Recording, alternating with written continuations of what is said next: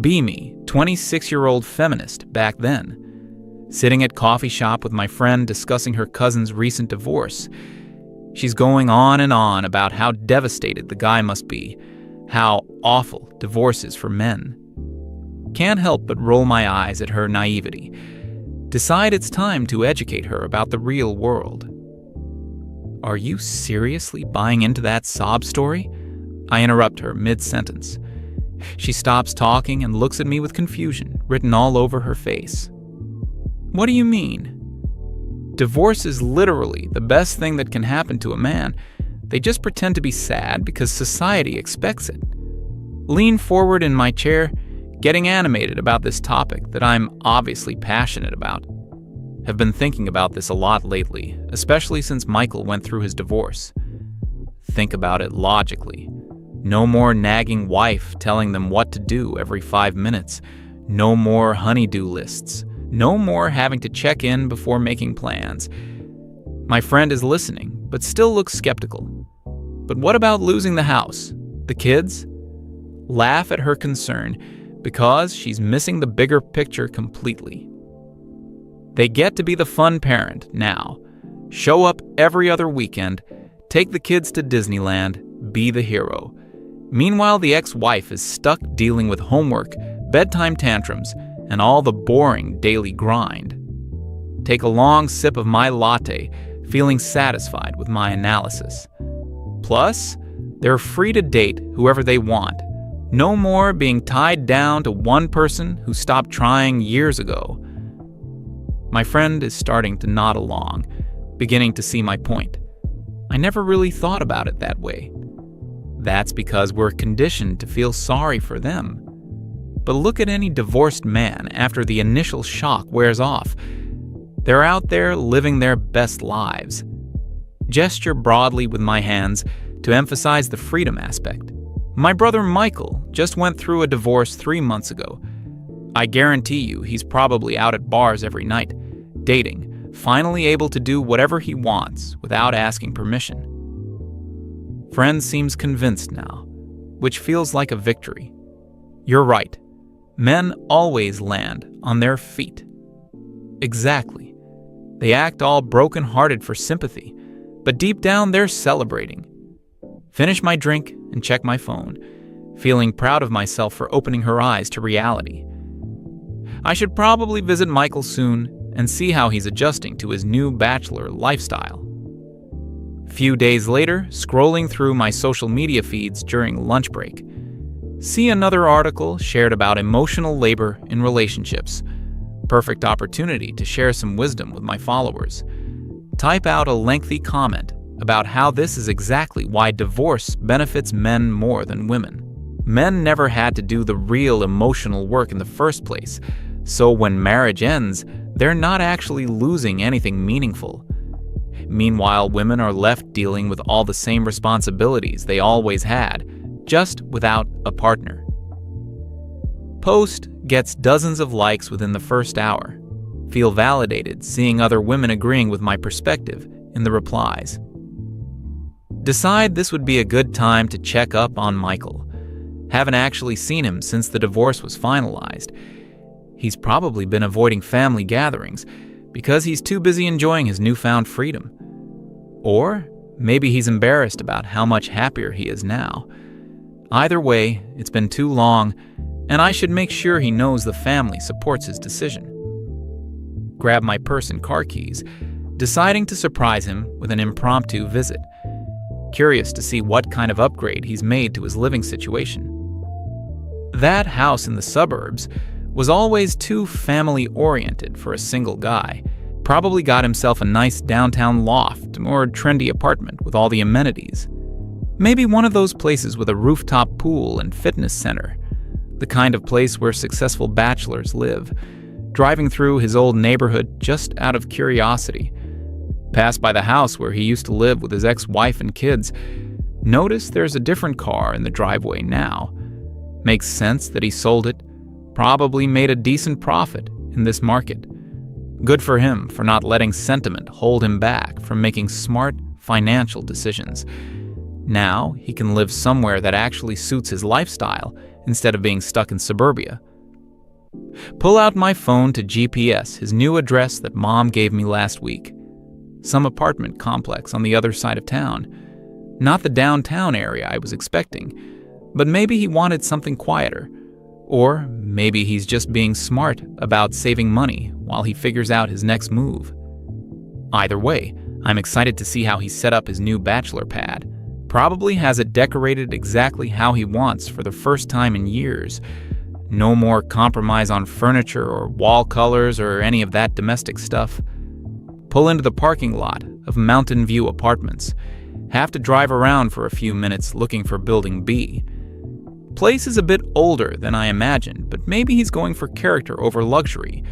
Or maybe he's just focused on location and amenities rather than having the newest building.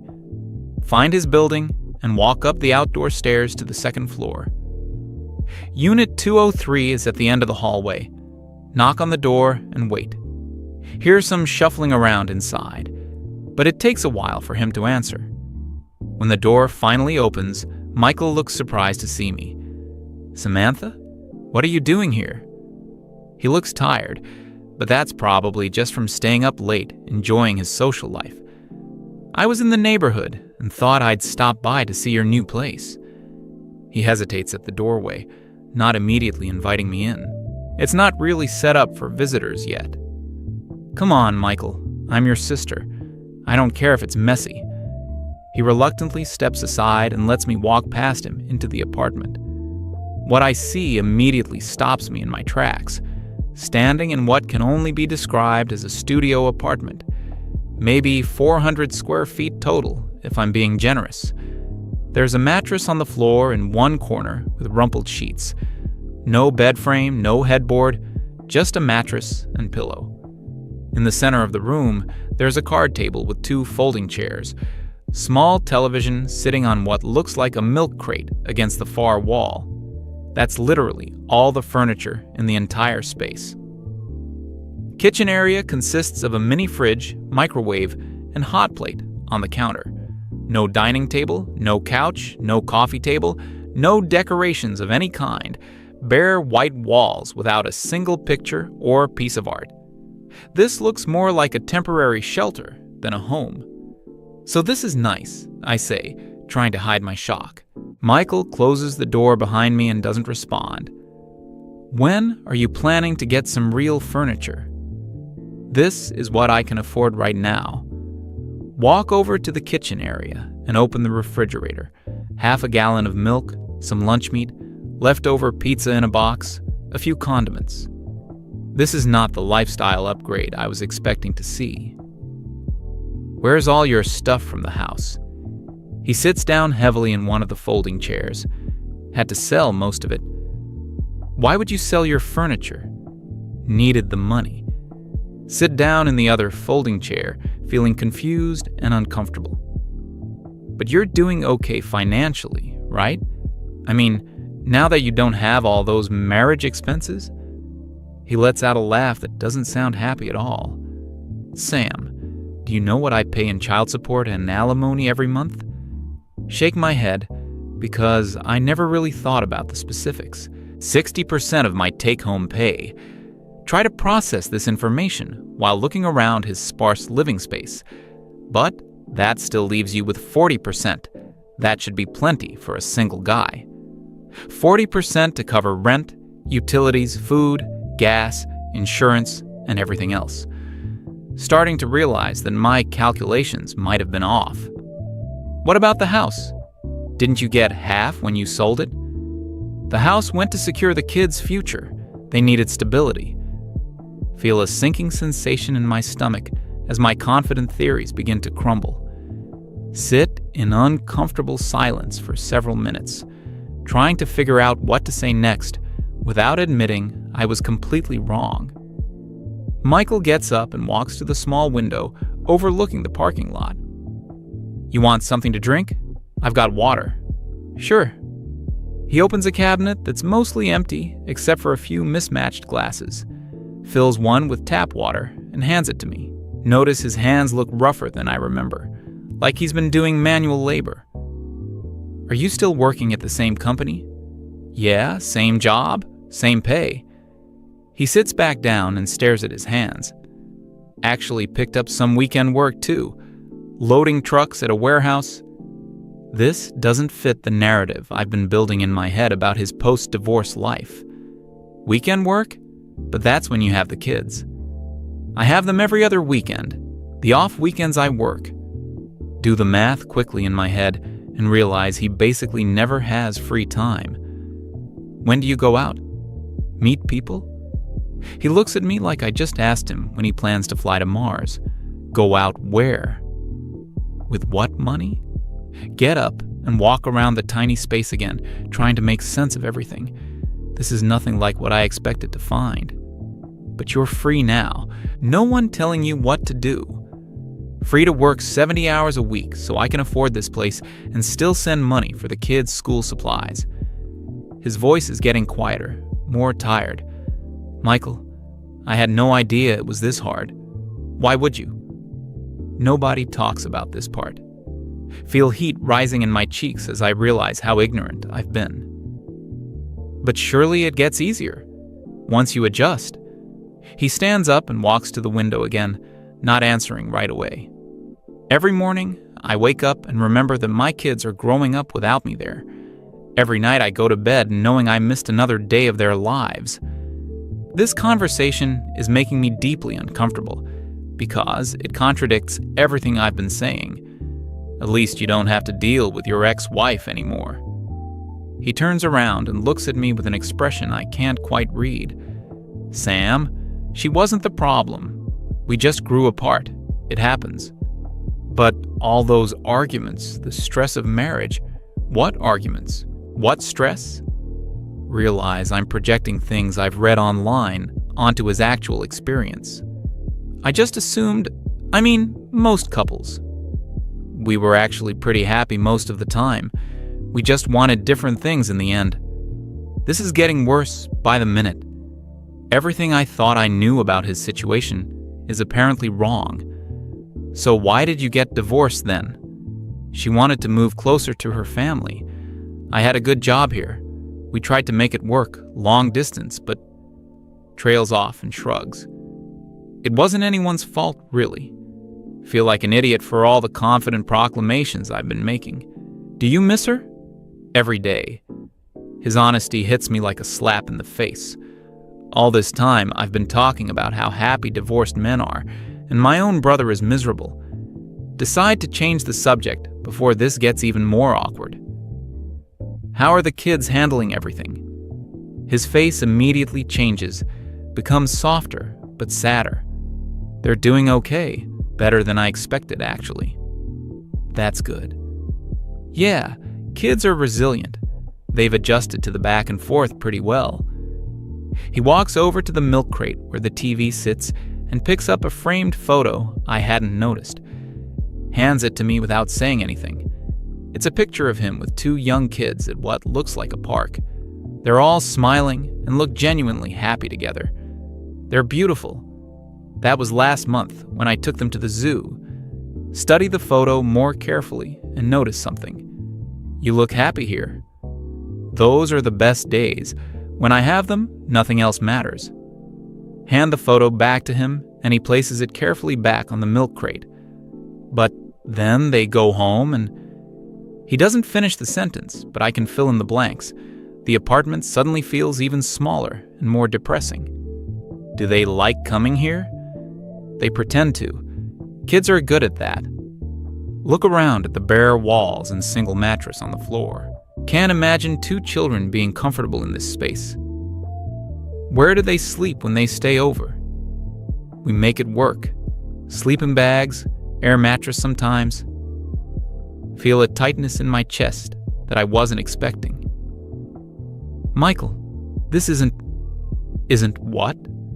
Want to say it isn't fair, isn't right, isn't what I thought divorce looked like for men, but all of those admissions would require me to acknowledge how wrong I've been.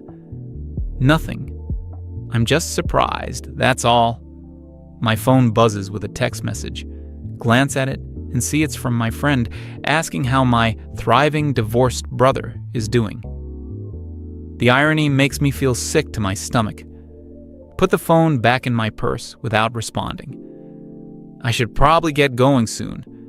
Let you get some rest. You don't have to leave. I don't get much company. The way he says it makes it clear that he's lonely. Really lonely. Not just casually single and loving it. Lonely. Are you dating anyone? He laughs, but there's no humor in it. With this lifestyle? Living like a college student at 32? There are plenty of women who wouldn't care about that. Maybe, but I'm not really in a place to offer anyone much right now. He gestures around the sparse apartment. Besides, most of my energy goes toward trying to be a good dad from a distance. Never considered that dating might be complicated for divorced men. Always assumed they were out there having the time of their lives with no responsibilities. What do you do for fun then? Read library books, watch Netflix, go for walks sometimes. This sounds like the life of someone who's depressed, not someone who's been liberated. That sounds kind of pathetic. I wasn't going to say that. It's okay, it kind of is. Uncomfortable silence settles over us again. Don't know how to respond to his honesty without admitting that everything I've been saying about divorce is wrong. Hear footsteps in the hallway outside and voices of other tenants. Reminds me that we're sitting in a cheap apartment complex, not the upscale bachelor pad I imagined. How long is your lease here? Month to month. Can't really commit to anything long-term right now. Why not? Never know when something might change. Maybe I'll need to move closer to the kids, or find cheaper rent, or... Trails off again, which seems to be a pattern with him. Everything about his life seems temporary and unstable. Not at all the confident, fresh start I assumed divorce would provide. Do you regret it? Getting divorced? He's quiet for a long time, staring at the photo of his kids. I regret that we couldn't make it work, but staying together just to stay together wouldn't have been fair to anyone. But if you could go back, I'd try harder to find a compromise. Maybe I would have moved with her. This admission surprises me because it suggests he actually wanted to save the marriage. Why didn't you? Pride, maybe? Stubbornness? I thought my career was more important than it actually was. Realize he's been more open with me in the last hour than he's been in years. Maybe because he has no one else to talk to about this stuff. Are you seeing a therapist or anything? Can't afford it. Insurance doesn't cover much, and I'm already stretching every dollar. Another reality I hadn't considered. Always assumed people going through divorce had support systems and resources. What about friends? Family? Most of our friends were couple friends. That got weird pretty fast after the divorce. Nod like I understand, but really, I'm just trying to process how isolated he seems. And family ... Family means well, but they don't really get it. Everyone just tells me it'll get better with time. Feel a stab of guilt, because that's exactly the kind of empty platitude I would have offered. Will it get better? I don't know, Sam. I honestly don't know. Check my watch and realize I've been here for over 2 hours. Time seemed to move differently in this depressing little space. Michael notices me checking the time. You probably need to get going. No rush, unless you have somewhere to be. Just another exciting evening of leftover pizza and Netflix. He says it like he's making a joke, but his voice sounds hollow. You could come have dinner with me somewhere. Thanks, but I'm trying to stick to a pretty tight budget these days. Offer to pay, but can tell from his expression that would just make him feel worse. Maybe another time then. Yeah, maybe. Both know we're just being polite. Gather my purse and stand up to leave. Thanks for stopping by, Sam. It was good to see you. You too. Hug him goodbye and notice how thin he feels, like he's been losing weight. Are you eating enough? I'm fine, just busy with work. Don't believe him, but don't push it. Head toward the door, but pause with my hand on the handle. Michael, if you need anything. I know. Thanks. Walk out into the hallway and hear him lock the door behind me. Stand there for a moment listening. Can hear the TV turn on through the thin walls. Some sitcom with a laugh track that sounds forced and artificial in this context. Drive home in complete silence. Don't even turn on the radio because I need time to think. Everything I saw today contradicts months of confident assertions I've been making. Pull into my own driveway and sit in the car for a few minutes. Look at my house with fresh eyes. 2 bedrooms, nice furniture, fully stocked kitchen. Everything Michael used to have and lost. Walk inside and immediately notice how quiet it is. But it's a different kind of quiet than his apartment. This feels peaceful. His felt empty. Check my phone and see several notifications from social media. More people agreeing with my posts about divorce benefiting men. Scroll through the comments feeling sick to my stomach. So true. Men always bounce back faster. They get all the freedom while we're stuck with the kids. Divorce is like a vacation for them. Want to delete all of it, but that would require explaining why. Instead, I just put my phone away and try not to think about it. Spend the evening trying to distract myself with TV and cleaning, but keep thinking about that mattress on the floor, the empty refrigerator, the way Michael's voice sounded when he talked about his kids. Go to bed early, but can't fall asleep. Keep replaying conversations from today. Realize I don't actually know any other divorced men personally. All my opinions came from articles, social media posts, and assumptions. Never bothered to actually ask anyone about their experience. Finally, drift off around 2 a.m., but have restless dreams about empty apartments. Wake up the next morning and immediately check my phone. More notifications from yesterday's posts. Delete the apps without reading them. Get ready for work, but feel distracted and unfocused. Keep thinking about offering to help Michael somehow. But what could I actually do that wouldn't make him feel like charity case? He's a grown man who doesn't want his sister's pity. Arrive at work and try to concentrate on normal tasks. Coworker mentions she's getting divorced and asks if I have any advice. It's complicated, is all I can manage to say. She looks surprised because usually I have strong opinions about everything. I thought you said divorce was great for men. Maybe I was wrong about that. Spend my lunch break researching divorce statistics instead of scrolling social media. Numbers about child support, custody arrangements, depression rates, information I never bothered to look up when I was so sure I already knew everything.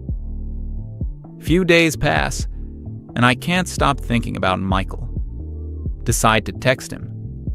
How are you doing? Takes him hours to respond. Same as always. Want to grab coffee sometime? Can't really afford coffee shop prices right now. My treat.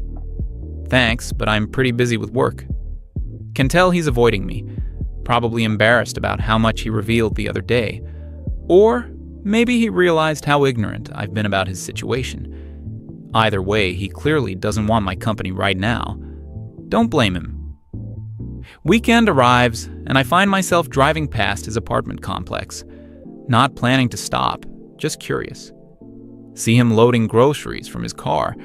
2 small bags that probably cost more than he wanted to spend. He looks tired, even from a distance. Consider stopping to say hello, but decide against it. He needs space, and I need to figure out how to process everything I learned. Drive home and spend Saturday researching divorce support groups, forums where men talk about their experiences, story after story that sounds like variations of Michael's situation. Financial strain, loneliness, limited time with children, depression, isolation, starting over at middle age. How did I miss all of this information when I was so confident in my opinions? Sunday evening, get a call from Mom. Have you talked to your brother lately? Saw him a few days ago. How's he doing? He sounded tired when I called. Don't know how to answer without admitting I was completely wrong about everything. He's adjusting. I worry about him living alone in that little apartment. You've seen it? Helped him move in. Broke my heart, honestly. Realize Mom has known all along how difficult things have been for him. Why didn't you say anything? He asked me not to. Said he didn't want family feeling sorry for him. Feel another wave of guilt for all my confident proclamations. Is there anything we can do to help? Just be supportive. Don't make him feel like a failure. That comment hits close to home because I realize that's exactly what I did, not intentionally, but by assuming his life was so much better now. Monday morning, delete all my social media accounts. Can't stand seeing my old posts about divorce and men's supposed freedom. Coworkers notice I'm quieter than usual. Used to always have opinions about everything. Now I mostly just listen. Someone brings up a news story about custody battles. Everyone looks at me expecting commentary. I don't really know enough about that topic to have an opinion. They seem confused by this uncharacteristic response. But I'm learning the difference between having opinions and having knowledge. Few weeks go by without contact with Michael. Want to reach out, but don't want to intrude. Finally decide to send a simple text. Thinking of you. He responds quickly this time. Thanks. That means a lot. How are the kids? Good. Had them last weekend. Took them to the park. The one from the photo? Different one. Trying to show them new places when I can. Can tell he's making an effort to create positive experiences, despite his limitations. That's nice. Yeah, they're great kids. Deserve better than this situation. Don't know how to respond to that level of honesty. You're a good dad, Michael. Trying to be. Conversation ends there, but I feel like we've reconnected slightly. Lying in bed that night, thinking about everything that's changed. Not just my understanding of Michael's situation, but my whole approach to having opinions about things I don't actually understand. Used to feel so confident sharing my thoughts on social media. Correcting other people's perspectives with authority I didn't actually have. Now I mostly just ask questions and listen. It's uncomfortable being uncertain about things, but it's probably more honest than pretending to know everything. Hear a car door slam outside and wonder if it's someone coming home from work. Or someone like Michael, finishing a second job at midnight, realizing how many stories I don't know about the people around me. Finally fall asleep but wake up around 3 a.m. Can't shake the image of Michael lying on that mattress on the floor. In the dark, staring at the ceiling, wondering how he's going to make rent next month. Missing his kids who are sleeping in their beds across town. Get up and write him a long text about how sorry I am. Delete it without sending. Write another one offering to help with groceries or bills. Delete that one too. Settle on something simple. I love you and I'm proud of how hard you're working. Hit send before I can change my mind. Go back to bed but leave my phone on the nightstand in case he responds. Morning comes and no response to my text. Not surprised, since it was sent in the middle of the night. Get ready for work and try to focus on normal routine. But everything feels different now, like I've been walking around with the wrong prescription glasses for months. And finally got ones that let me see clearly. The world looks different when you admit you don't know everything. Harder in some ways, but more real. Drive past a billboard advertising an apartment complex. Live your best life, it says with a picture of young professionals laughing. Wonder how many people are actually living their best life, versus how many are just trying to survive day by day. Like Michael loading trucks on weekends to afford his studio apartment. Arrive at work and check my phone. Finally have a response from Michael. Thanks, Sam. Love you too. Short message, but it feels like forgiveness. Maybe not just for the ignorant things I said about divorce, but for taking so long to really see him. Put my phone away and start my workday. Different person than I was a month ago, less certain about everything. But maybe that's not such a bad thing.